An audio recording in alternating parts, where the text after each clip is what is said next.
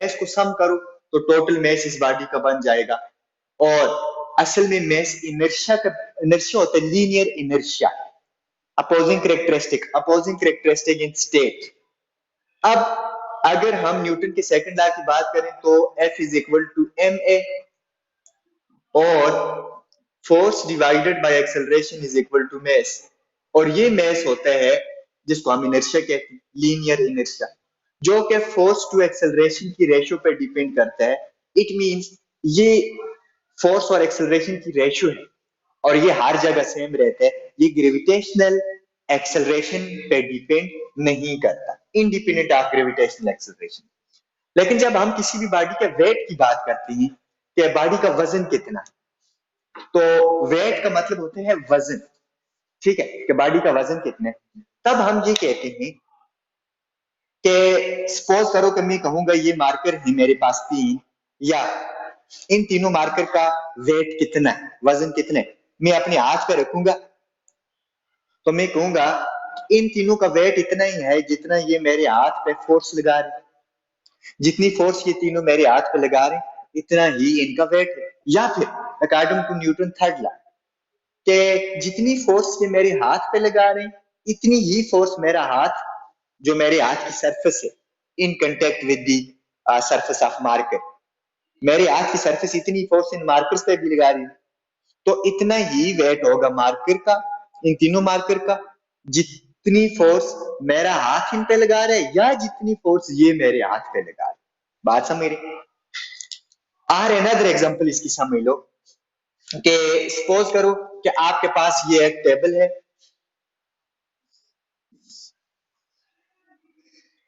ठीक है, और इस टेबल के ऊपर कोई भी एक ऑब्जेक्ट पड़ा हुआ है, लाइक ये बुक आपकी पड़ी,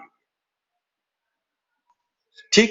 अब कोई कहे इस बुक का वेट कितना है, तो आप क्या कहोगे कि बुक जो यहां पड़ी हुई है ये फोर्स लगा रही है डाउनवर्ड इस टेबल की सरफेस पे जिसके साथ ये इन कंटेक्ट है। मीन ये टेबल की सरफेस को नीचे की तरफ दबा रही है, खास फोर्स है, और वो फोर्स कितनी होती है हमने ऑलरेडी पढ़ा हुआ है रेस्ट में, mg जितनी। अब जितनी फोर्स है ये बुक इस टेबल की सरफेस को नीचे दबा रही है, according to Newton third law इतनी ही फोर्स इस बुक पे ऊपर की तरफ भी लग रही है, दैट इज रिएक्शन फोर्स और नॉर्मल फोर्स। अब देखो बुक ना तो नीचे आ रही है और ना ही ऊपर जा रही है, इसका मतलब है नीचे लगने वाली फोर्स और ऊपर लगने वाली फोर्स दोनों बराबर है। अब कोई यहां आपसे पूछे कि वेट कितना है बॉडी का, तो आप दो वे से बता सकते हो वेट। इस कंडीशन में दो वे से बता सकते हो कि या तो जितनी फोर्स बुक इस टेबल की सरफेस पे लगा रही है, जितनी पुशिंग फोर्स बुक इस टेबल की सरफेस पे लगा रही है दैट इज mg, इतने इसका वेट। या फिर टेबल जितनी फोर्स बुक पे अपवर्ड डायरेक्शन में लगा रहा है, या टेबल की सरफेस जितनी फोर्स बुक पे ऊपर की तरफ लगा रही है अपोजिंग फोर्स, इतना वेट है इस बुक का। और चूंकि इस कंडीशन में दोनों बराबर हैं तो वेट कितना होगा बुक का, mg, ठीक है। इसका मतलब है वेट किसी भी चीज का कितना वेट, वेट क्या हुआ फिर, सपोज हम जमीन पे खड़े, ठीक है, अब हम कहते हैं हमारा कुछ वेट है, कितना वेट है, हम जमीन पे फोर्स लगा रहे हैं, मीन जमीन को नीचे की तरफ दबा रहे हैं खास फोर्स से, जमीन इतनी फोर्स हमें आगे से मतलब अपवर्ड पुशिंग फोर्स हम पे लगा रही है, और अगर हम रेस्ट में हैं तो हमारी फोर्स और वो pushing force according to Newton third law बराबर है। वो पुशिंग फोर्स जो अपोजिंग फोर्स हम पे लग रही है वो एक किस्म की नॉर्मल फोर्स है। उस नॉर्मल फोर्स की वजह से हम फील करते हैं कि हमारा वेट है, और उस नॉर्मल फोर्स जितना ही किसी भी बॉडी का वेट होता है। अगर वो फोर्स ना लगे तो हम फील करते हैं कि हमारा वेट नहीं है। क्यों? देखो सपोज आप किसी ऊंची जगह से नीचे छलांग लगाते हैं, अब जो आपने छलांग लगाई तो आप हवा में से यूं आ रहे हो नीचे, तो हवा में आते हुए आपको, अल्दो ये एयर रेजिस्टेंस को निगलेक्ट कर दे, तो आपको ऐसे लगता है जैसे आपका वेट नहीं है। लेकिन जो ही नीचे आकर जमीन से टकराते हो तो आपको ऐसे लगता है जैसे पूरी जमीन का वेट आप ही का वेट है, ठीक है। लेकिन जब आप किसी दूसरी चीज से टकराते हो तो आपको फील होता है कि आपका वेट है। हवा में आ रहे हो तो आपको फील हो रहा है कि आपका वेट नहीं, जैसे आप उड़ती हुई आ रहे हो। लेकिन अचानक सडनली आगे कोई आपको पकड़ ले, ठीक है, या कोई ऑब्जेक्ट यहां से मारकर आ रहे हो ऊपर से नीचे, ठीक है, अब मार्कर डाउनवर्ड आ रहे हैं, तो हवा में अगर ये रेजिस्टेंस को नेग्लेक्ट कर लें तो ये यू फ्रीली आ रहे हैं नीचे, ठीक, या इस तरह ये दूसरा मार्कर, ठीक है। तो अब यहां से नीचे आते हुए मार्कर को ऐसा लगेगा कि उसका वेट नहीं, लेकिन जो यहाँ पे मेरे हाथ के साथ टकराएगा तो मार्कर अपने एक वेट फील करेगा कि उसका वेट है। सेम एज इट इज, कि जैसे आप नीचे छलांग लगाते हो किसी हाइट से, तो जब तक आप हवा में हो तो आपको लगता है आपका वेट नहीं है, जो यहाँ के नीचे जमीन से टकराते हो तो आपको एक बहुत जोरदार झटका लगता है, जिसकी वजह से आप फील करते हो कि आप बहुत हेवी हो, मतलब आपको कुछ बहुत ज्यादा वेट है, उस वक्त आपको फील होता है। क्यों? क्योंकि हवा में आती हुए आप पे कोई अपोजिंग फोर्स नहीं लग, opposing mean upward pushing force, जिसकी वजह से आपको फील होगा आपका वेट है, ठीक। आपको आगे से रोकने वाली कोई फोर्स नहीं लगी, आप फ्रीली आ रहे हो तो आपको वेट भी नहीं फील हो रहा। जो यहाँ के जमीन के साथ टकराते हो तो जमीन की सरफेस जो है फौरन आप पे एक अपोजिंग फोर्स एग्जर्ट करती है, दैट इज नॉर्मल फोर्स, जिसकी वजह से उस नॉर्मल फोर्स की वजह से आप फील करते हो कि आपका वेट है। और चूंकि आप उस नॉर्मल फोर्स की वजह से फील करते हो तो वो वेट उसी फोर्स जितना होता है जो फोर्स आप पे अपोजिंग या फिर नॉर्मल फोर्स आप पे लग रही होती है। अब वो फोर्स जो किसी भी बॉडी पे, जो अपोजिंग या नॉर्मल फोर्स किसी भी बॉडी पे लग रही होती है, उस बॉडी का वेट इतना ही। सपोज मैं यहाँ जमीन पे खड़ा हूं तो मेरा वेट कितना है, जमीन जितनी अपोजिंग फोर्स मुझ पे लगा रही है इतना मेरा वेट है। अब पहली बात यह है कि मैं एक रिएक्शन फोर्स जमीन पे लगा रहा हूँ, जमीन को कोई जरूरत नहीं है मुझ पे फोर्स लगाए। पहले छेड़खानी में करता हूँ तो मैंने जमीन पे जू पांव रखा तो मैंने जमीन पे फोर्स लगाई डाउनवर्ड डायरेक्शन, मैंने जमीन को नीचे दबाने की कोशिश, तो अकॉर्डिंग टू थर्ड लॉ जमीन ने इतनी ही फोर्स मुझ पे भी लगाई बट ऑपोजिट डायरेक्शन में, जिसकी वजह से मुझे फील हुआ कि मेरा कुछ वेट है। बात समझ। अब वेट क्या हुआ फिर, किसी भी बॉडी का वेट उस पे लगने वाली अपोजिंग अपवर्ड या फिर नॉर्मल फोर्स है, ठीक है, और उसी नॉर्मल फोर्स जितना ही उस बॉडी का वेट होता है, जिसकी वजह से वो फोर्स एक्सपीरियंस करते हैं। अब एक एग्जांपल तो मैंने दे दी कि यहाँ बुक है और बुक अपना वेट कितना फील करेगी, जितनी इस पे नॉर्मल फोर्स लग रही है, और नॉर्मल फोर्स अभी कौन लगा रहा है, सरफेस ऑफ टेबल लगा रही है बुक, ठीक है। अब एक और एग्जांपल यहाँ ले लेते हैं कि सपोज करो कि ये जमीन है, जमीन की सरफेस है, और ये जमीन पे आप में से कोई ये खड़ा है यहाँ, ठीक है। अब आप अपने एक वेट फील कर रहे हो कि आपका कुछ वेट है। अब वो वेट कितना होगा कि आप जमीन पे डाउनवर्ड फोर्स लगा रहे हो, ठीक है, डाउनवर्ड फोर्स जमीन को नीचे दबा रहे हो, और वो रेस्ट की हालत में कितनी फोर्स आप जमीन पे लगा रहे हो, एम जी जितनी, क्योंकि एक्सेलरेशन ग्रेविटेशनल जी है। अब इतनी ही फोर्स जमीन आप पे अपवर्ड लगा रही है, that is normal or reaction force. अब इस upward normal or reaction force की वजह से, अपवर्ड पुशिंग फोर्स या अपोजिंग फोर्स की वजह से आप फील करोगे कि आपका वेट है, और आपका वेट इसी normal upward normal pushing or opposing force जितना हो। लेकिन अगर ऐसा एक और केस हम ले लेते हैं कि ये हमारे पास एक बोर्ड है, लकड़ी का तख्ता है, यहाँ आप खड़े, आप यहां से नीचे छलांग लगाते, अब ये हवा में से आप नीचे आ रहे, हवा में से आते हुए आपको अपना वेट जीरो लगेगा कि आपका वेट है में से होगा एम, वो चेंज नहीं होता क्योंकि वो जी पे डिपेंड नहीं करता, लेकिन वेट आपको यहाँ हवा में से नीचे आते हुए जीरो लगेगा। और जो ही आप आके यहाँ जमीन से टकराओगे तो आपको ऐसा लगेगा कि सारी जमीन का वेट आप जितने, इतना बड़ा झटका लगेगा। क्यों? क्योंकि जो ही जमीन से आप टकराओगे तो जमीन पे डाउनवर्ड आप एक फोर्स लगाओगे, और इतनी ही फोर्स जमीन अपवर्ड आप पे लगाएगी, और इस अपवर्ड नॉर्मल या अपोजिंग फोर्स की वजह से आप फील करोगे कि आपका वेट है, क्योंकि आगे से किसी चीज ने रोका आपको, जिसकी वजह से आपको फील हुआ कि आपका वेट है। और वो रोकने वाली फोर्स या अपोजिंग फोर्स वो नॉर्मल फोर्स होती है, और आपका वेट उसी नॉर्मल फोर्स जितना होता है जो नॉर्मल फोर्स आप एक्सपीरियंस कर रहे हो। तो अब कोई भी बॉडी वेट अपना कब एक्सपीरियंस करेगी? जब वो बॉडी किसी दूसरी बॉडी के साथ इन कांटेक्ट में होगी। अगर हवा में या स्पेस में है बॉडी तो बिल्कुल भी अपना वेट एक्सपीरियंस नहीं करेगी। क्यों? क्योंकि वहां हवा या स्पेस में कोई ऐसी दूसरी बॉडी नहीं है जो उसको रोक रही हो या जो उसको अपोज कर रही हो या जो उस पर नॉर्मल फोर्स लगा रही हो। लेकिन जब आप किसी दूसरी सरफेस के साथ इन कांटेक्ट, जैसे मैं अभी जमीन की सरफेस के साथ इन कांटेक्ट हूं, तो मैं जमीन की सरफेस पे फोर्स लगा रहा हूं, जमीन की सरफेस अपोजिंग फोर्स या नॉर्मल फोर्स मुझ पे लगा रही है, जिसकी वजह से मैं एक वेट अपना फील कर रहा हूं कि मैं मतलब कुछ वेट रखता हूं, और वो वेट उस नॉर्मल फोर्स जितना है जो फोर्स जमीन मुझ पे लगा रही है, मीन सरफेस जो मुझ पे लगा रही है।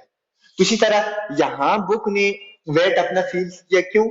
क्योंकि टेबल की सरफेस ने इस पे एक फोर्स लगाई, इसने अपना वेट फील किया, और इस फोर्स जितने यहाँ इस इंसान ने अपना वेट फील किया क्योंकि जमीन ने इस पर फोर्स लगाई।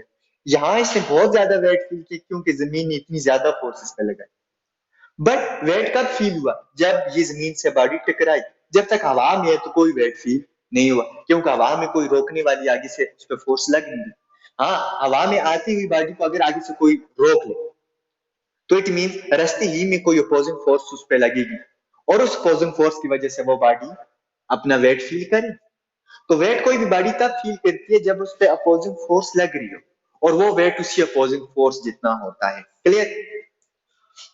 तो अब रियल और अपेरेंट वेट फिर क्या हो? देखो, आप जमीन पे खड़े हो तो आपको एक वेट फील हो रहा है। कितना? जितनी रिएक्शन फोर्स जमीन आप पे लगा रही है। अब एक बात ये है कि जिस तरह आप जमीन पे जो फोर्स लगा रहे हो, ये वाली फोर्स कौन सी है? एक्शन। कि आपने जमीन को नीचे दबाने की कोशिश, जमीन इस एक्शन के रिएक्शन में एक फोर्स आप पे लगाती है, ये वाली, और इस फोर्स को क्या कहते हैं? Reaction force. Reaction or normal force. ठीक है? अब कोई भी बॉडी इस रिएक्शन आर नॉर्मल फोर्स की वजह से अपना वेट एक्सपीरियंस करती है, और वो वेट इसी फोर्स जितना। ठीक है? अब देखो कि सपोज करो आप अभी रेस्ट में हो, ये जमीन की सरफेस पे मैं खड़ा हूं रेस्ट, तो जमीन मुझ पे एक फोर्स लगा रही है, नॉर्मल फोर्स, जिसकी वजह से मैं अपना वेट फील कर। एक वेट तो गया, एक ये है कि मैं यूं उछल के यूं जमीन पे लगा, और अब जमीन ने मुझ पे एक और रिएक्शन फोर्स लगाई। अभी मैंने अपना वेट फील किया, लेकिन पहले से थोड़ा ज्यादा। बात समझ रहे? क्यों? क्योंकि अब मैं मोशन में था। अब जब कोई बॉडी रेस्ट में होगी किसी दूसरी बॉडी के साथ इन कंटेक्ट या किसी भी सरफेस पे, तो उस वक्त जो बॉडी एक तरह से अपना वेट एक्सपीरियंस करेगी, या उस वक्त उस बॉडी पे जो फोर्स लग रही होगी वो उसका रियल वेट होगा। लेकिन ड्यूरिंग मोशन जो उस पर रिएक्शन या अपोजिंग फोर्स लग रही होगी वो उसका अपेरेंट वेट होगा, जो वक्ती तौर पे ये बताएगा कि बॉडी कितना वेट एक्सपीरियंस कर रही है। जैसे आप ऊपर से छलांग लगा के आके जमीन पे लगते हो जू, तो उस वक्त आप मोशन में होते हो, तो जो ही जमीन से टकराते हो तो आपको बहुत ज्यादा फोर्स एक्सपीरियंस होती है, और उस वक्त आपको ऐसे लगता है जैसे आपका वेट बहुत ज्यादा। लेकिन आप नॉर्मल जमीन पर खड़े हो तो आपको ऐसे लगता है कि आपका वेट इंटरमीडिएट है। ठीक? लेकिन आप हवा में से नीचे आते हुए ऐसे लगता है जैसे आपका वेट है ही नहीं। तो इट मींस मोशन के दौरान आपका जो वेट होगा वो अपेरेंट वेट होगा, और जब आप रेस्ट में होंगे तो उस वक्त जो आपका वेट होगा वो आपका रियल वेट होगा। ठीक है? तो अब इन दोनों को हम वन बाय वन पहले डिफाइन करते हैं और फिर इनकी डिफरेंट कंडीशन देखते हैं।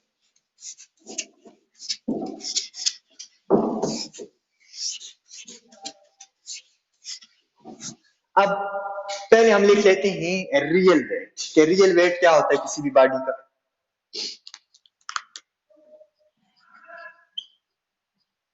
रियल वेट, तो मैंने आपको क्या बताया रियल वेट? कि सपोज मैं अर्थ पे खड़ा हूं, तो रेस्ट की कंडीशन में अर्थ मुझ पे जितनी नॉर्मल फोर्स लगा रही है वो मेरा रियल वेट। लेकिन अगर मैं मूव कर रहा हूँ या किसी मूविंग फ्रेम ऑफ रेफरेंस में हूँ, उस वक्त जो मैं वेट फील कर रहा हूँ वो मेरा अपेरेंट वेट होगा, वो रियल नहीं होगा। तो रियल वेट क्या है? Weight of a body, weight of a body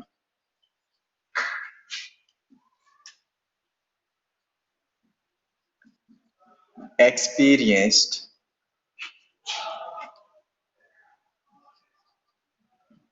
during rest state,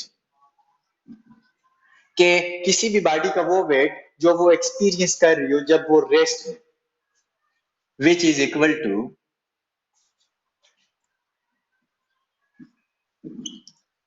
which is equal to force exerted by earth on that body।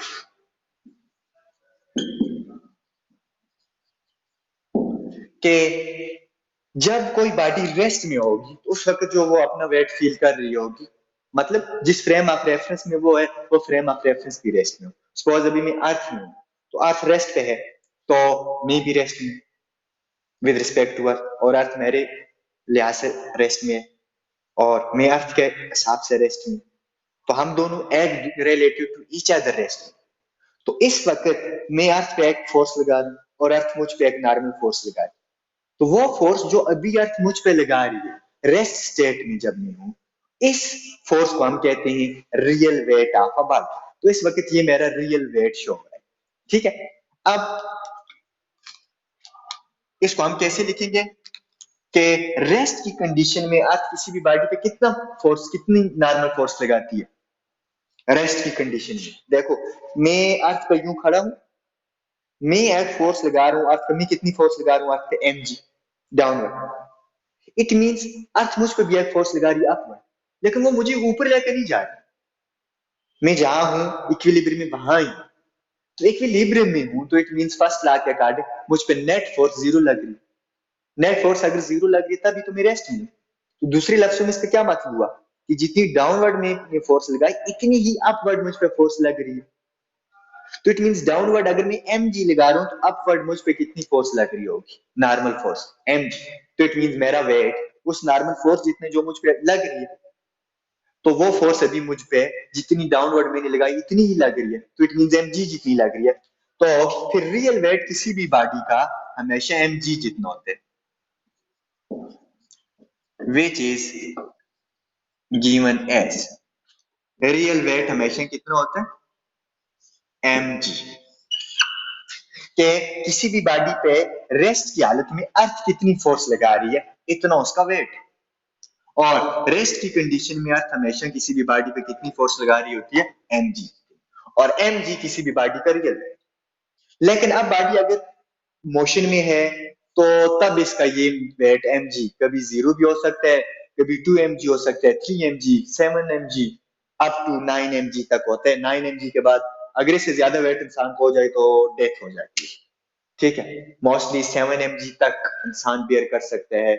अगर कोई ज्यादा बेयर करे तो वो 9 mg तक पहुंच सकते हैं, बट 9 mg से ज्यादा वेट हुआ तो इंसान सीधा ऊपर चला जाता है। ठीक है, हमारे पास कौन से अपेरेंट वेट। अपेरेंट वेट का क्या मतलब है कि वो रियल वेट नहीं होता, अपेरेंटली वो हमें फील हो रहा होता है कि इतना वेट है, रियल में वो इतना नहीं होता। सपोज कि एक बॉडी ऊपर से छलांग लगाती है और आकर जमीन से टकराती है, उस वक्त जो उस पर नॉर्मल फोर्स लगती है वो ज्यादा लगती है और उसको फील होता है कि उसका वेट बहुत ज्यादा है। उस वक्त उसकी बॉडी टूट फूट का शिकार भी हो सकती है अगर वो बहुत ज्यादा हाइट से आया हुआ है। ठीक है, तो कभी कभी इंसान बहुत ज्यादा हाइट से गिरने की वजह से मर भी जाते हैं। क्यों? क्योंकि जब वो जमीन से आकर टकराता है तो नॉर्मल फोर्स उसकी में भी 9 mg से ज्यादा हो। ठीक है, अगर रेस्ट में है तो mg है, बट ऊपर से नीचे आ रहा हो तो वेलोसिटी इतनी ज्यादा होती जाती है, डाउनवर्ड आती हुई। ठीक है, तो मैं भी जब वो जमीन से आग टकराए तो उस पे जो लग रही हो फोर्स वो एक तरह से 9 mg से ज्यादा हो। ठीक है, तो बॉडी टूट फूट की वजह से गई, खत्म। ठीक है, मर भी जाती है। लेकिन 9 mg तक कोई भी बॉडी अपेरेंट वेट इतना एक्सपीरियंस कर सकती है। ठीक है, अब नेक्स्ट आपके पास अपेरेंट वेट क्या है फिर? अपेरेंट वेट किसी भी बॉडी का वो वेट है जो वो एक्सपीरियंस करती है जब उस पे अपोजिंग अपवर्ड पुशिंग फोर्स लगती है ड्यूरिंग इट्स मोशन। मोशन के दौरान जब वो एक्सपीरियंस करती है, रेस्ट में ना। ठीक है, रेस्ट का मतलब है कि अभी मैं जमीन पे हूं तो जमीन मेरे लिहाज से रेस्ट में है, मैं जमीन के लिहाज से रेस्ट में हूं, तो तब तो रियल वैल्यू है। लेकिन अभी अगर मैं लिफ्ट में हूं, लिफ्ट ऊपर जा रही है, लिफ्ट नीचे आ रही है, या मैं गाड़ी में हूं, या मैं सैटेलाइट में हूं, सैटेलाइट घूम रहा है, तो या मैं रॉकेट में हूं, तो मोशन के दौरान जो मैं वेट एक्सपीरियंस करूंगा अपना, वो वेट मेरा अपेरेंट वेट होगा, क्योंकि वो अपेरेंटली मैं एक्सपीरियंस कर रहा हूं। ठीक है, ऐसा रियल में नहीं। तो अपेरेंट वेट क्या हुआ फिर? अपेरेंट वेट फिर क्या होगा? Weight of body which is equal to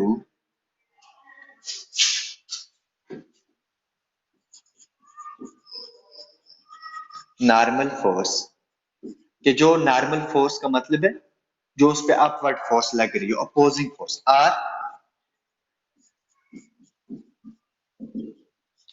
opposing upward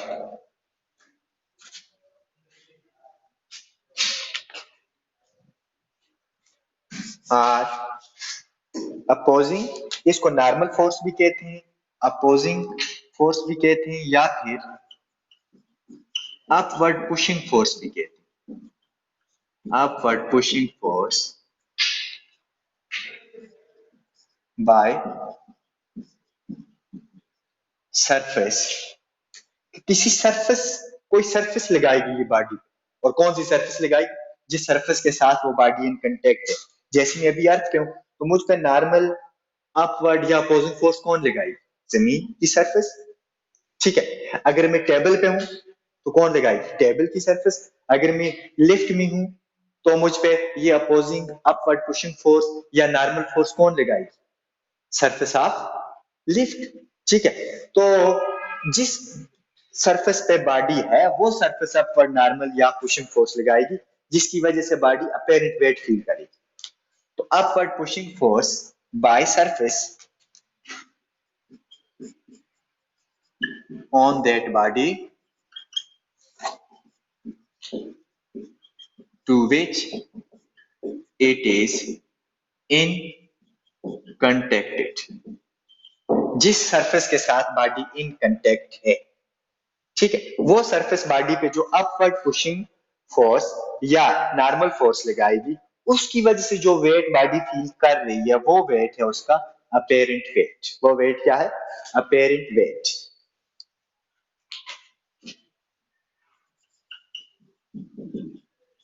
during its state of motion. ठीक है, अब during its state of motion mostly नहीं भी लिखा जाता। ठीक है, कि ये इसलिए एग्जाम्प्ट कर दिया जाता है, अगर बॉडी रेस्ट में होगी तो उस वक्त उसका अपेरेंट वेट रियल वेट जितना हो, उस वक्त जो बॉडी अपेरेंटली वेट अपना एक्सपीरियंस कर रही है वो इतना ही एक्सपीरियंस करेगी जितना उसको ओरिजिनल में है रियल। ठीक है, बट अगर इसके अलावा, रेस्ट के अलावा कोई भी कंडीशन है मोशन की, तब वो अपेरेंट वेट रियल वेट जितना नहीं होगा। ठीक है, तो मैंने साथ ये इसलिए मेंशन किया कि असल में अपेरेंट वेट का पता मोशन के दौरान चलता है। रेस्ट में होगी तो उसका अपेरेंट और रियल वेट बराबर होगा, क्योंकि अपेरेंटली बॉडी जितना वेट एक्सपीरियंस कर रही है एक्चुअल में वो उसका रियल वेट ही है अगर वो बॉडी रेस्ट। अब इसके केसेस देखते हैं with example.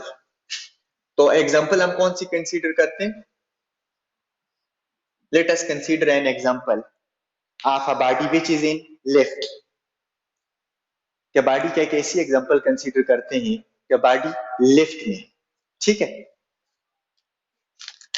Consider a body of mason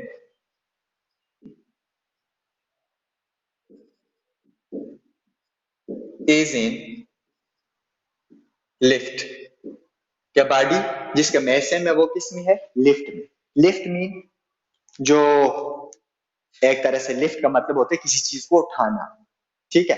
तो ये लिफ्ट मोस्टली हॉस्पिटल्स में आपने देखी होगी, या मेट्रो स्टेशन पे भी देखी होगी, या फिर आपने कमर्शियल जितनी भी मार्केट्स होती हैं, प्लाजा वगैरह, वहां लगी होती हैं, ठीक है।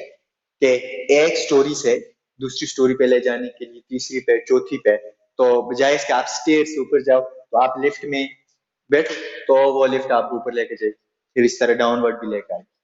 तो हम कंसीडर कर लेते हैं कि एक बॉडी है वो लिफ्ट में। लेट्स सपोज के ये मैं बना लेता हूं कि ये है हमारे पास लिफ्ट,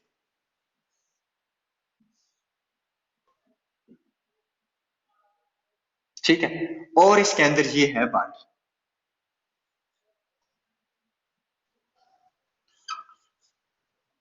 ये इसका में से है, ठीक है। अब आपकी बुक में उन्होंने वैसी इस बॉडी को यूं ऊपर लटका दिया है एक रस्सी के साथ, तो रस्सी के साथ लटकाओगे तो फिर रस्सी के साथ उन्होंने इस तरह लटका दिया, वो मैं आपको शॉर्टकट बनाकर बता देता हूँ साथ, उस तरह आपको ज्यादा बेहतर समझ नहीं आएगी, इसलिए मैंने इस तरह बनाया हो कि ये है रस्सी और ये बॉडी को उन्होंने इसके साथ लटका दिया मैं से, ठीक है। अब बॉडी यहाँ रेस्ट में, अगर रेस्ट रेस्ट में हो लिफ्ट, ना तो लिफ्ट ऊपर जा रही हो ना नीचे, तो इस बॉडी के मेस एम की वजह से नीचे डाउनवर्ड फोर्स कितनी लगेगी, बॉडी कितनी फोर्स लगाएगी, एम जी। तो इतनी ही, क्योंकि बॉडी नीचे नहीं आ रही, इस रस्सी ने इसको पकड़ के रखा हुआ है, तो रस्सी इस बॉडी पे फोर्स ऊपर की तरफ लगा रही है, तो रस्सी में जो फोर्स होती है उसको हम कहते हैं टेंशन। तो इट मींस अब इस केस में बॉडी पे अपवर्ड अपोजिंग फोर्स कौन सी लग रही है, जिसकी वजह से बॉडी को वेट अपना फील हो रहा है, टेंशन, ठीक है। अगर हम इस रस्सी को यहां से काट दें तो बॉडी फ्रीली डाउनवर्ड आएगी, जब तक इस सरफेस से नहीं टकराएगी तब तक उसको वेट फील नहीं होगा। लेकिन अभी बॉडी यहाँ हैंग्ड है, हैंग स्टेट में है, इस वक्त बॉडी जो वेट अपना एक्सपीरियंस कर रही है वो वेट अपवर्ड अपोजिंग फोर्स की वजह से या नॉर्मल फोर्स की वजह से फील कर रही है। और इस वक्त इस बॉडी एम पे ऊपर की तरफ अपोजिंग फोर्स कौन सी लग रही है, स्ट्रिंग ऊपर खींच रही है, जिसकी वजह से उसको वेट फील हो रहा है कि बॉडी हैंग्ड है स्ट्रिंग के साथ, तो वो अपना वेट फील कर रही है। क्यों? क्योंकि स्ट्रिंग उस पे एक अपवर्ड फोर्स लगा रही है और उस फोर्स की वजह से बॉडी वेट फील कर रही है। और वो वेट अभी कितना, टेंशन, के स्ट्रिंग में जितनी टेंशन होगी बॉडी इतना अपना अपेरेंट वेट फील करेगी। अब देखो, अगर एक चीज सीधी लटकाई हुई है रेस्ट में, तो ना तो बॉडी नीचे आ रही है ना तो बॉडी ऊपर जा रही है, इसका मतलब है नीचे डाउनवर्ड जो फोर्स है, अपवर्ड फोर्स जितनी है, तो टेंशन और एम जी बराबर होंगे। लाइक टेंशन अब इसमें अपेरेंट वेट है, अपोजिंग फोर्स जितना अपेरेंट वेट है, तो वो वेट अभी डाउनवर्ड एम जी जितने, मतलब अभी रेस्ट की हालत में टेंशन एम जी जितनी है, लाइक अपेरेंट वेट और रियल वेट बराबर। लेकिन अगर सडनली रस्सी को इस तरह झटका दे, खींचे, सपोज आप रस्सी से बांधे हो, अचानक कोई ऊपर खींचे, तो आपको एक जोरदार झटका लगेगा, उस वक्त आपको लगेगा आपका वेट ज्यादा है, ठीक है। तो क्यों? क्योंकि अब जो नॉर्मल अपवर्ड फोर्स लग रही है वो ज्यादा हो, तो आपको अपना वेट उसी अपवर्ड या नॉर्मल फोर्स जितना लग रहा है, इस वजह से आपको लगा कि आपका वेट भी ज्यादा है, ठीक है। लेकिन अगर कोई उस रस्सी को नीचे छोड़ दे, तो आप जू नीचे आओगे फौरन, नीचे छोड़ती हुई फौरन आप फील करोगे जैसे आपका वेट बहुत कम हो गया, तो आपको लगेगा डाउनवर्ड आती है, अपेरेंट वेट आपको नीचे आ रहा है। देखें, अब मैंने कहा कि आपकी बुक में ये स्ट्रिंग वाला केस होगा, ठीक है, कि स्ट्रिंग से मैस को हमने यहाँ हैंग किया हुआ है, तो अपवर्ड फोर्स कौन सी लग रही है मैस पे, बॉडी पे, स्ट्रिंग लगा रही है, टेंशन। तो इट मींस टेंशन अब इसका अपेरेंट वेट होगा बॉडी का। अब सिमिलर मैंने ये वाला केस इसके साथ लिखा कि बॉडी को हैंग ना करें बल्कि ये लिफ्ट की सरफेस पे रख दें। अगर सरफेस पे बॉडी यूं खड़ी है तो बॉडी पे, बॉडी सरफेस पे डाउनवर्ड फोर्स एम जी लगाएगी, और बॉडी पे अपवर्ड अपोजिंग फोर्स लगेगी, नॉर्मल फोर्स आर जो सरफेस लगाएगी, और ये अपोजिंग फोर्स आर या नॉर्मल फोर्स की वजह से बॉडी अपना वेट एक्सपीरियंस करेगी, और इस वेट को हम कहेंगे अपेरेंट वेट। यहाँ किसको कहेंगे? टेंशन को कहेंगे अपेरेंट वेट, यहाँ आर को। तो आपने अगर बुक वाली ही लिखनी हो तो आर को टी से रिप्लेस कर देने, डायग्राम ये बना, ठीक है। तो मैं आपको इस आर्क से समझाऊंगा क्योंकि ये ज्यादा एक तरह से सूटेबल है एज कंपेयर टू हम बॉडी को हैंग कर दें रस्सी के साथ। अब देखो कि केस वन हम ले लेते हैं। केस वन क्या होगा कि when lift is at rest, lift किस में है? रेस्ट में।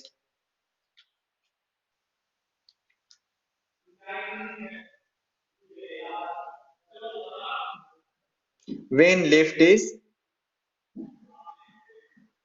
एट रेस्ट, अगर लिफ्ट रेस्ट में है, लिफ्ट ना तो ऊपर जा रही है ना तो नीचे आ रही है, तो रेस्ट में है तो इसका मतलब है लिफ्ट मूव नहीं कर, लिफ्ट मूव नहीं करी, तो लिफ्ट का एक्सेलरेशन क्या होगा? यहाँ लिफ्ट का जीरो। क्यों? क्योंकि लिफ्ट रेस्ट में है, वो मूव ही नहीं कर रही, तो नेट एक्सेलरेशन लिफ्ट का क्या होगा? जीरो। अब अगर लिफ्ट रेस्ट में है तो इसके अंदर ये वाली रखी हुई ये वाली बॉडी भी क्या होगी? जिसका मैस है रेस्ट में होगी। अगर ये भी रेस्ट में है तो इसका मैस कितना हुआ? सॉरी, इसका एक्सेलरेशन कितना हुआ? जीरो।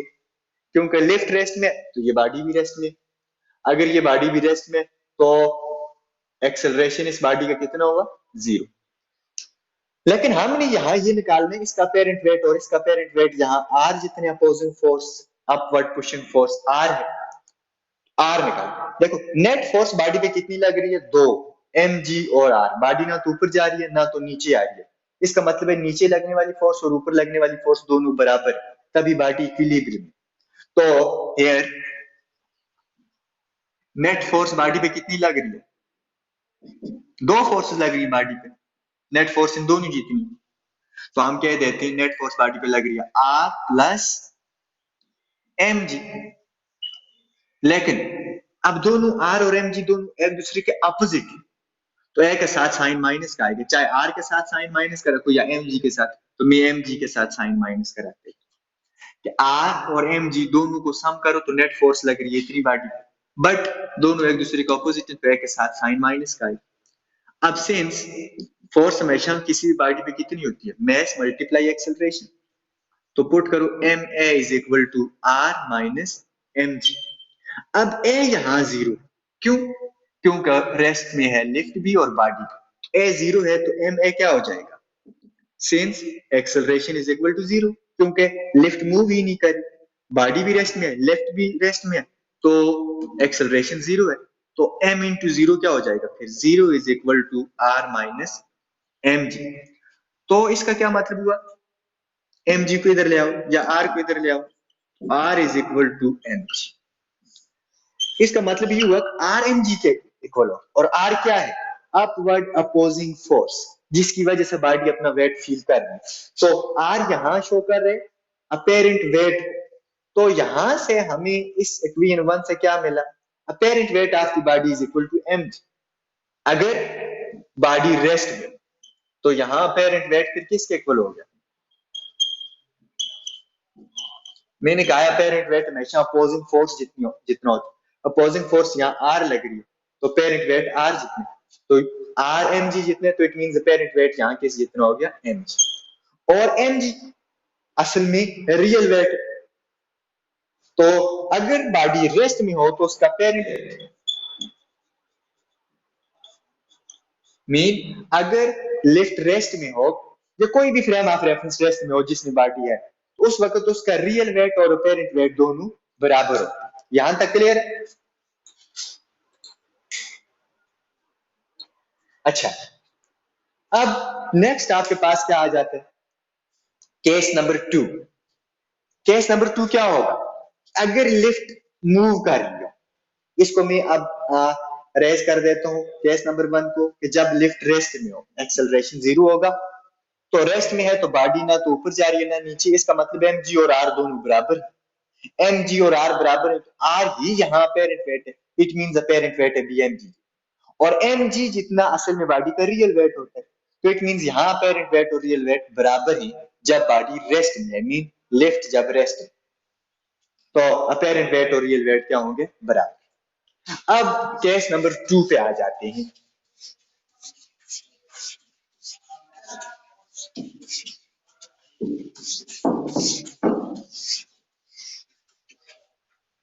केस नंबर 2 क्या होगा कि अगर लिफ्ट मूव कर, इफ लिफ्ट इज मूविंग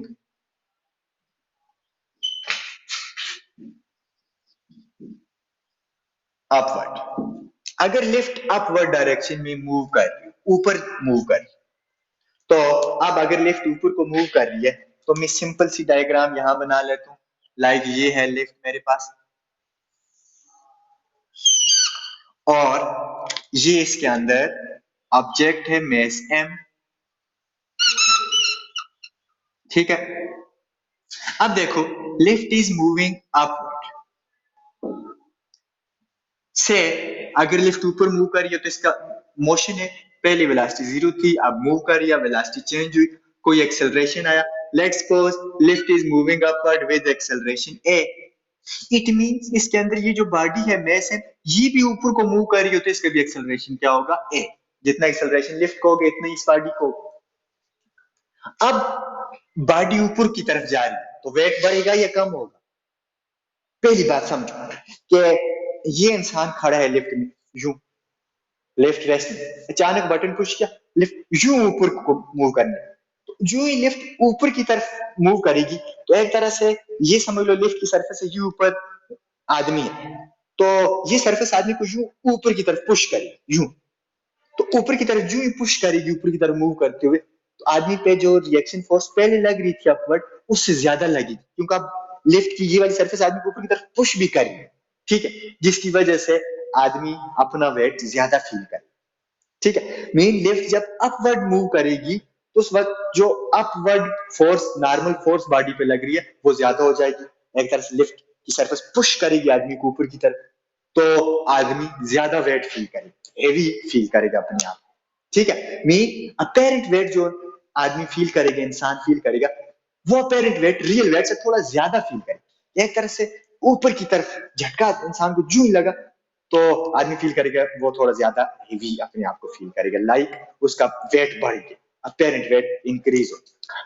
तो अब यहां देखो कि बॉडी ने डाउनवर्ड जो फोर्स लगाई है लिफ्ट की सरफेस पे, वो तो एमजी है, बट अब लिफ्ट ऊपर की तरफ जो ही मूव करने की कोशिश करेगी, तो एक तरह से पुश करेगी बॉडी को अपवर्ड, तो पहले अगर फोर्स नॉर्मल आर लग रही थी, अब भी आर लगेगी इस पे नॉर्मल फोर्स, लेकिन अब जो आर लग रही है ये इस जितनी नहीं होगी, क्योंकि अब लिफ्ट की ये सरफेस बॉडी को ऊपर की तरफ पुश भी कर रही है, तो ये आर पहले से ज्यादा हो, मीन अब वेट आर अपोजिंग फोर्स है इतना ही अपेरेंट वेट बॉडी फील करती है, तो ये वेट अब ज्यादा हो, सेम एज इट इज, कि इस केस में आप इसको कैसे देखोगे, अब लिफ्ट ऊपर की तरफ मूव करती है तो ये स्ट्रिंग भी साथ ऊपर की तरफ मूव करेगी, तो अगर सपोज करो ये इंसान को यहाँ लटकाया गया हो गले से बांध के, तो जो ही लिफ्ट ऊपर को मूव करेगी तो वो रस्सी ऊपर को इंसान को खींचेगी, तो ऐसे लगेगा इंसान को जैसे उसका वेट दुगना 3 टाइम्स हो गया, इतना वो फील करेगा अपने आप को जब ऊपर खींचा जाएगा उसको, ठीक है। क्यों, क्योंकि आप वर्ल्ड फोर्स टेंशन अब बढ़ गई, तो यहाँ टेंशन ज्यादा हुई, मीन अपेरेंट वेट ज्यादा हुआ, तो यहाँ टेंशन की जगह नॉर्मल फोर्स में जर्नल आर कह दे, तो आर के इंक्रीज होने से अपेरेंट वेट बढ़ेगा, तो इट मींस अपेरेंट वेट बढ़ेगा, तो मैथमेटिकली इसको हम कैसे लिखेंगे कि as lift is moving upward direct in upward direction with acceleration a, then net force experienced by body will be equal to sum of all the forces acting on that body, but there are two forces acting on that body, one is mg and other one is r, but body is moving in upward direction, it means r is greater than mg, ऊपर खींचने वाली force mg से जो नीचे खींच रही है से ज्यादा है, तभी बॉडी ऊपर को जा रही है, तो आर अगर ग्रेटर है तो मैं फिर लिखूंगा R minus m g, minus sign इसलिए लिखा क्योंकि ये दोनों ऑपोजिट है, तो mg के साथ मैंने माइनस क्यों लिखा, क्योंकि mg कम है, r ज्यादा है, तो तभी बॉडी को वो ऊपर खींच रहे हैं। ठीक है, तो नेट फोर्स सेकंड न्यूटन के सेकंड लॉ के मुताबिक ma, बॉडी का मास m है, एक्सेलरेशन s है, वो ऊपर की तरफ मूव हो रहा है, ma is equal to r minus mg। यहां से आप r निकालो तो क्या हो जाएगा, it implies that r mg इधर आकर प्लस हो जाएगा, r is equal to ma plus mg। ठीक, अब r यहाँ अपेरेंट वेट है, तो अपेरेंट वेट फिर कितना हो गया बॉडी का, m दोनों में से कॉमन ले लो, m इंटू a प्लस जी। देखो पहले केस में कितना था जब रेस्ट में थे, m इंटू सिर्फ जी। इस केस में कितना हो गया, m इंटू जी के साथ a जितना ज्यादा होगी, जितने एक्सेलरेशन से बॉडी ऊपर मूव कर, इतना ऊपर की तरफ पुशिंग अफेक्ट इस बॉडी पे ज्यादा पड़ेगा, जिसकी वजह से वो वेट अपना ज्यादा फील करेगी। तो अपेरेंट वेट जो बॉडी फील करेगी पहले से ma जितना ज्यादा फील करेगी, रियल सिर्फ mg था और ऊपर की तरफ मूव करने की वजह से ma जितना वेट ज्यादा फील करेगी बॉडी। तो it means when lift is moving in upward direction then apparent weight of a body will increases by an amount which is equal to ma। ma जितना wait ज्यादा feel करेगी body. अब case number 3, when lift is moving in downward direction, if lift is moving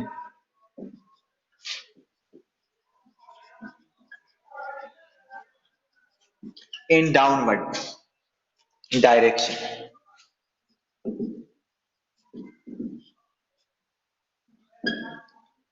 ठीक है, कि अगर lift downward direction में move कर रही हो तो तब क्या होगा, पहले इसको समझो, फिजिकली इमेजिन करो कि आप लिफ्ट के अंदर हो और आप यूं खड़े हो, लिफ्ट रेस्ट में, अचानक बटन पुश किया डाउन हो, जो ही डाउनवर्ड जाएगी तो आपके पाँव के नीचे से एक तरह से सरफेस निकल रही है, नीचे जा रही है, तो आपको ऐसे लगेगा फॉर अ टाइम बीइंग कि बिल्कुल आप अपने आप को लाइट से फील करोगे, यूं जा रहे हो आप।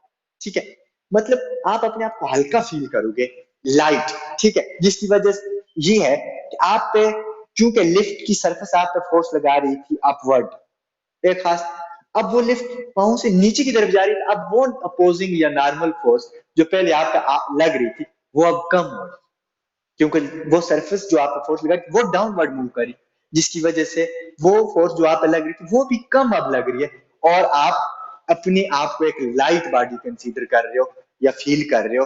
ठीक है, लाइट फील करने का मतलब है कि आप अपेरेंटली अपना वेट कम फील कर रहे हो, तो अपेरेंट वेट आपका कम हो जाएगा जब लिफ्ट डाउनवर्ड जाएगी। अब इस केस को कैसे करेंगे हम, कि let's suppose now lift is moving in downward direction with any acceleration, clear.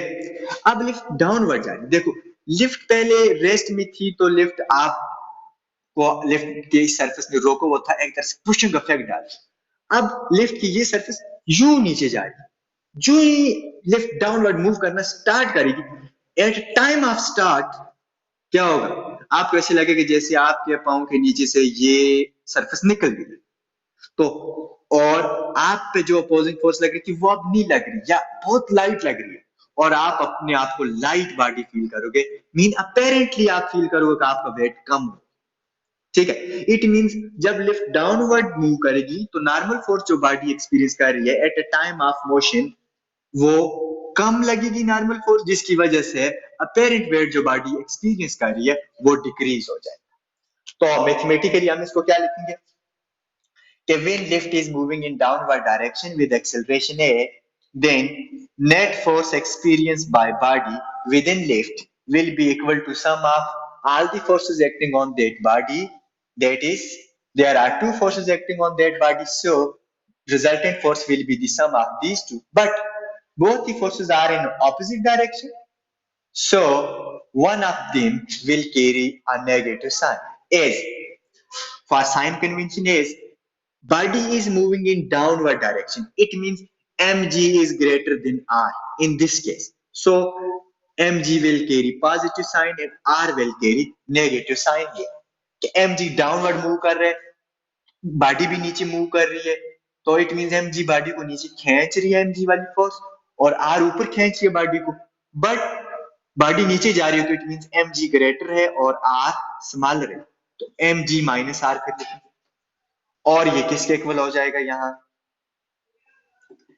Net force हमारे पास क्या होती है, m a acceleration and mass is equal to m g minus R. अब आर हमने निकालना, आर को इधर ले आओ, आर इधर आकर प्लस हो जाएगा, एम ए को उधर ले जाओ, तो it implies that R is equal to m g minus m a इधर आकर माइनस, तो आर देखो, आर आपके पास है अपेरेंट वेट, रियल वेट आपके पास था एम जी, लेकिन अब क्या हो गया कि रियल वेट में से जब लिफ्ट डाउनवर्ड मूव करेगी तो एम ए जितना वेट कम फील करेगी बॉडी, यहाँ एम ए जितना वेट ज्यादा फील कर रही थी बॉडी रियल वेट से, यहाँ एम ए जितना वेट कम फील करेगी बॉडी जब लिफ्ट डाउनवर्ड जाएगी, तो इट मींस अपेरेंट वेट फिर कितना हो जाएगा, एम इंटू जी माइनस ए, कि जितनी एक्सेलरेशन से बॉडी नीचे जाएगी इतना वेट बॉडी अपना लाइट फील करेगी, कम फील करेगी, तो it means apparent weight decreases in this case when lift is moving in downward direction, and apparent weight of a body will increases in case of upward motion and decreases in case of downward motion। जितना fast body suddenly lift नीचे जाएगी अगर ज्यादा acceleration से, तो इतना कम apparent wait feel करेगी body, अगर आहिस्ता आहिस्ता नीचे जाएगी, मूव आहिस्ता करेगी, तो एक्सेलरेशन कम होगा, तो इतना कम डिक्रीज इन अपेरेंट वेट होगा, और ये डिपेंड करता है किस पे, एक्सेलरेशन। अब नेक्स्ट केस आपके पास कौन सा आ जाएगा, नेक्स्ट केस आपके पास आ जाता है जी कि अगर लिफ्ट एक स्ट्रिंग होती है ना, ठीक है, जो लिफ्ट के साथ अटैच होती है और लिफ्ट को ऊपर भी लेके जाती है और लिफ्ट को नीचे भी लेके जाती है कंट्रोल करके, लेकिन अगर हम उसको काट दें तो फिर क्या होगा, हाँ फ्री फॉल, जिस तरह आप छलांग लगा लें किसी सरफेस से नीचे किसी ऊंची जगह से, सेम एज इट इज ऐसा ही केस होगा फोर्थ के ड्यूरिंग फ्री फॉल,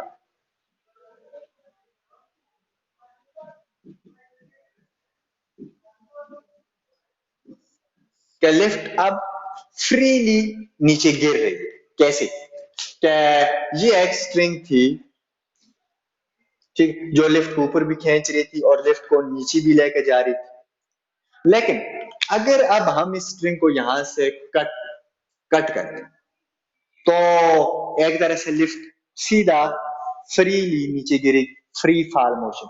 अब देखो लिफ्ट फ्री फॉल का क्या मतलब है कि अब स्ट्रिंग इसको मतलब एक तरह से अंडर कंट्रोल करके नहीं नीचे ला रही और ना ही अपने कंट्रोल में रख के ऊपर लेके जा रही, अब freely lift under the force of gravity नीचे आ, कोई और फोर्स या स्ट्रिंग या कोई भी ऐसी चीज नहीं जिसने इस लिफ्ट को पकड़ा हुआ, जैसे आप कहीं ऊपर से नीचे छलांग लगाते हैं तो under the force of gravity आप नीचे आ रही होती, ऐसा नहीं है कि कोई किसी ने आपका हाथ पकड़ के वो नीचे छोड़ रहा है आपको आहिस्ता आहिस्ता, बाकी तमाम केसेस में क्या था, स्ट्रिंग की मदद से मूव कर रही थी लिफ्ट, मतलब जिस तरह आप हाथ पकड़ कोई नीचे छोड़ रहे हो और फिर हाथ पकड़ के ऊपर खींच रहे हो, तो एक्सटर्नल फोर्स के अंडर कंट्रोल में आती है, लेकिन अब आपने छलांग लगाई हुई है, तो छलांग जो ही आप लगाएंगे तो इसका मतलब है अब आपका हाथ पकड़ के कोई नीचे नहीं छोड़ रहा, नहीं हाथ पकड़ के ऊपर खींच, बल्कि आप अब नीचे आ रहे हो under the force of gravity, तो ड्यूरिंग फ्री फॉल बॉडी ये जो लिफ्ट है ये डाउनवर्ड मूव करेगी, और जब डाउनवर्ड मूव करेगी तो इस वक्त इसका एक्सेलरेशन ए कितना हो जाएगा, जी, क्यों, क्योंकि अब under the force of gravity ही नीचे आ रही है, तो फोर्स ऑफ ग्रेविटी की वजह से जो वेलोसिटी में चेंज आता है पर सेकंड वो 9.8 आता है, तो it means acceleration change in velocity हो तो चेंज इन वेलोसिटी एक्सेलरेशन, फिर एक्सेलरेशन जी जितना होगा ड्यूरिंग फ्री फॉल। अब जितना एक्सेलरेशन इस लिफ्ट को होगा इतनी ही इस बॉडी भी अंदर फ्री फॉल मोशन में है, तो इट मींस इस बॉडी का भी एक्सेलरेशन जी ही होगा, तो नेट फोर्स फिर बॉडी कितनी एक्सपीरियंस करेगी ड्यूरिंग फ्री फॉल, ए क्या हो जाएगा जी, देन नेट फोर्स कितनी हो जाएगी बॉडी पे, अब बॉडी अगेन नीचे जा रही है तो इसका मतलब है एम जी माइनस आर होगा, तो यहां M A net force is equal to ma is equal to mg minus r, but A यहाँ कितना है, ड्यूरिंग फ्री फॉल एक्सेलरेशन कितना प्रोड्यूस होगा, ग्रेविटेशनल एक्सेलरेशन जितना, तो mg is equal to mg minus r। अब हमने r निकालना, r को इधर ले आओ, तो ये mg उधर जाकर माइनस होगा, mg माइनस mg, तो दोनों आपस में कैंसिल, तो r is equal to 0। It means apparent weight will be 0। कि फ्री फॉल, जब कोई भी बॉडी फ्रीली फॉल कर रही हो उस वक्त उसका अपेरेंट वेट हमेशा 0 होगा। क्यों अपेरेंट वेट क्यों 0 होगा, क्योंकि there is no normal or upward pushing force। क्या उस वक्त बॉडी पे ना तो कोई नॉर्मल फोर्स लग रही होगी ना अपवर्ड पुशिंग फोर्स लग रही होगी, जिसकी वजह से वो बॉडी वेट फील करे। जैसे आपने छलांग लगा दी, आप हवा में यूं नीचे आ रहे हो, तो ये आपकी फ्री फॉल मोशन, कि कोई आपको पकड़ के नीचे नहीं छोड़ रहा, ठीक है, आप खुद under the force of gravity आ रहे, तो आगे से कोई आपका फोर्स भी नहीं लग रही जो आपको रोक रही है, या जो एक तरह से नॉर्मल फोर्स लगे जिसकी वजह से आप अपना वेट फील करो। तो अगर कोई नॉर्मल फोर्स आप पे नहीं लग रही, या अपोजिंग या अपवर्ड फोर्स, तो उस वक्त आपका वेट अपेरेंट वेट 0 होगा, क्योंकि आप फोर्स, आपको कोई अपोजिंग फोर्स नहीं लग रही, तो इट मींस आप कोई वेट अपना एक्सपीरियंस नहीं करोगे और उस वक्त वेट होगा 0।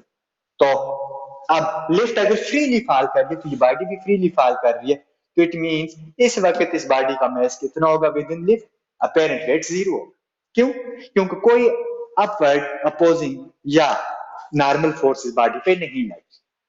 अब अगला केस क्या आता है नेक्स्ट, के कोई भी बॉडी, देखो अब एक रॉकेट को जब हम ऊपर भेजते हैं, इनिशियली एक्सेलरेशन हम जो उसको देते हैं ऑलमोस्ट 6g जितना देते हैं या 7g जितना देते हैं, ठीक है, कि ग्रेविटेशनल एक्सेलरेशन के 6 time are 7g, 7 times acceleration देते हैं, या जितनी भी हमारे एरोप्लेन वगैरह होते हैं मोस्टली जो जिनकी velocity thousands of kilometre per hour होती है, तो वो ऑलमोस्ट उनके एक्सेलरेशन की वेलोसिटी इतनी ज्यादा होती है कि उनके एक्सेलरेशन 7g तक होता है। तो अगर किसी कोई बॉडी इतनी एक्सेलरेशन से मूव कर रही हो, या रॉकेट या कोई भी, तो उसके अंदर जो भी बॉडी होगी उसका अपेरेंट जो वेट होगा वो कितना हो जाएगा।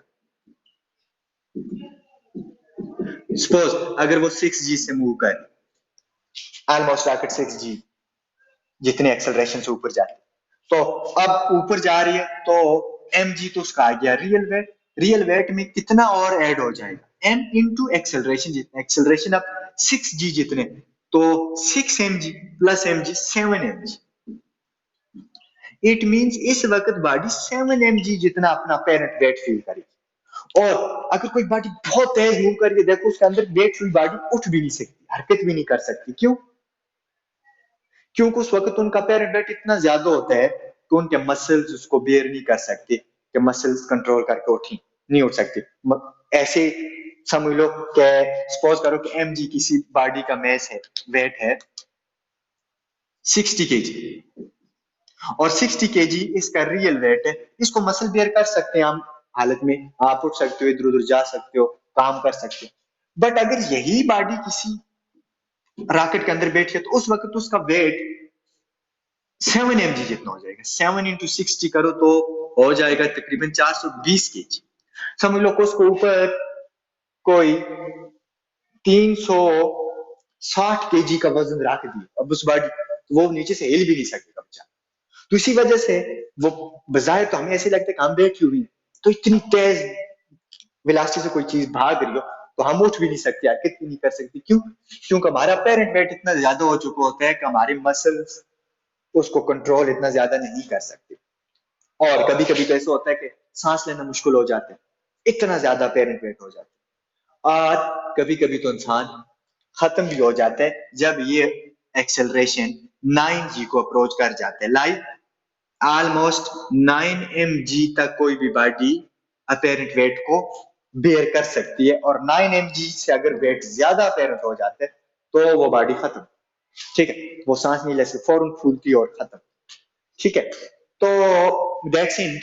ये आज का आपका रियल वेट और अपेरेंट वेट वाला टॉपिक था, और आपने इसको अच्छी तरह गो थ्रू करने, और ये काफी इंपॉर्टेंट टॉपिक है। ठीक है,